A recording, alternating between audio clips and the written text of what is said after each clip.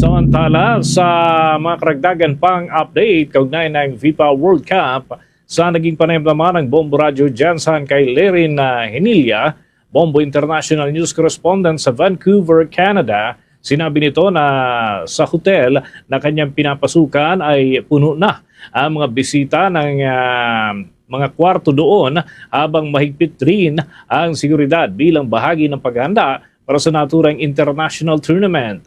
Ayon kay Henilia, inaasahan na abot sa 350,000 na mga manonood ang bibisita naman sa Vancouver sa panahon ng mga laro ng FIFA 2026. Dahilan upang magkaisa ang mga otoridad at pribadong sektor upang matiyak ang kaayusan at seguridad ng nasabing kaganapan. Patuloy din mga kabombo ang paghahanda ng naturang lungsod kabilang na ang para sa transportasyon, hotel accommodation at iba pang serbisyo pang maging handa sa pagdating ng mga turista at football fans mula naman sa iba't ibang bansa. Dagdag pa rito mga kabombo, kahit hindi gaanong popular ang football sa Pilipinas, ay excited rin ang kanilang mga kasamahan, kabilang na siya na isa ring Pinoy dahil masasaksihan niya ang mga kaganapan ng personal doon sa naturang torneo na malaking inaabangan sa mundo ng football. Narito naman ang pagbabahagi ni Bombo International News Correspondent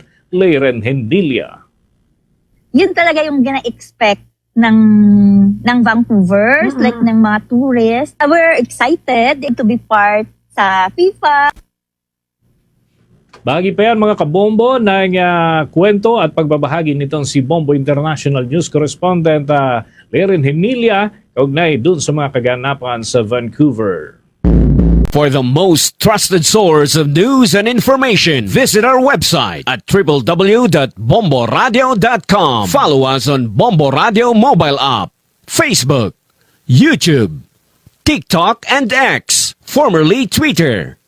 Like, share, and stay connected. Anytime, anywhere.